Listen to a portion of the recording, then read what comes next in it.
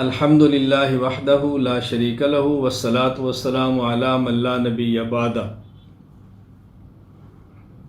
قربانی کا اہتمام کرنا چاہیے۔ قربانی کی حدیث مبارک میں فضیلت بلکہ احادیث مبارکہ میں بہت فضائل آئے ہیں۔ حضرت زید بن ارقم رضی اللہ تعالیٰ عنہ فرماتے ہیں، رسول اکرم صلی اللہ علیہ وسلم کے صحابہ نے پوچھا، یا رسول اللہ ما ھذی الاضاحی، اللہ کے نبی یہ قربانی کیا ہے؟ قربانی کی حیثیت کیا ہے؟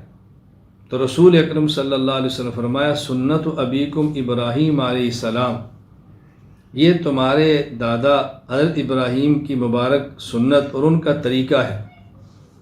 صحابہ نے پوچھا، فما لنا فیہا یا رسول اللہ، ہم قربانی دیں گے تو ہمیں اس پر اجر میں کیا ملے گا؟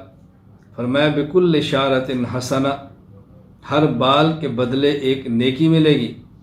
پوچھا، فالصوف، یا رسول اللہ جن جانوروں کی اون ہوتی ہے؟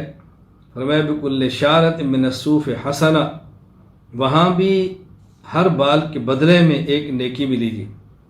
ایک جانور میں کتنے بال ہیں ہمارے شمار سے باہر ہیں۔ ایک بال پر ایک نیکی، اور ہر ایک نیک عمل کو اللہ 10 گنا بڑھاتے ہیں۔ تو آپ اندازہ فرمائیں کتنی نیکیاں ملتی ہیں ایک قربانی پر۔ یہ روایت سنن ابن ماجہ کتاب الاضاحی باب ثواب الاضحیہ کے اندر موجود ہے۔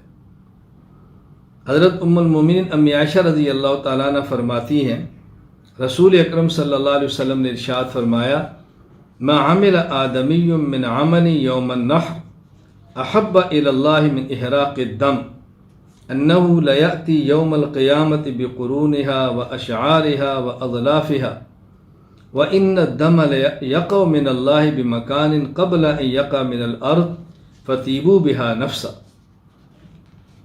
رسول اکرم صلی اللہ علیہ وسلم نے فرمایا کہ یوم النحر قربانی کے دن سب سے زیادہ انسان کا اللہ کو محبوب عمل وہ خون بہا دینا ہے جانور کا۔ قیامت کے دن یہ جانور اپنے سینگ، اپنے بال اور اپنے کھروں کے ساتھ آئے گا، اور زمین پر اس کا خون گرنے سے پہلے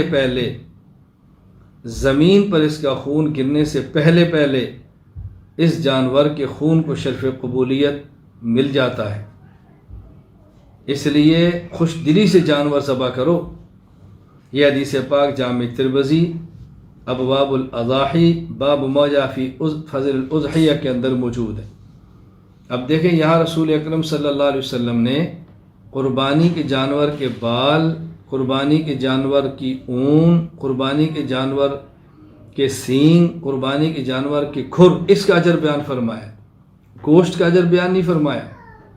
یہ بتانا مقصود ہے کہ وہ اجزاء قربانی کے جانور کے جو پھینک دیے جاتے ہیں اس پر اتنا اجر ملتا ہے، تو آپ اندازہ فرمائیں کہ اس کے دماغ پر، اس کے گوشت پر، اس کے پائے پر، اس کی کلیجی پر اللہ کتنا اجر عطا فرمائے۔ اللہ ہم سب کو قربانی کرنے کی توفیق عطا فرمائے۔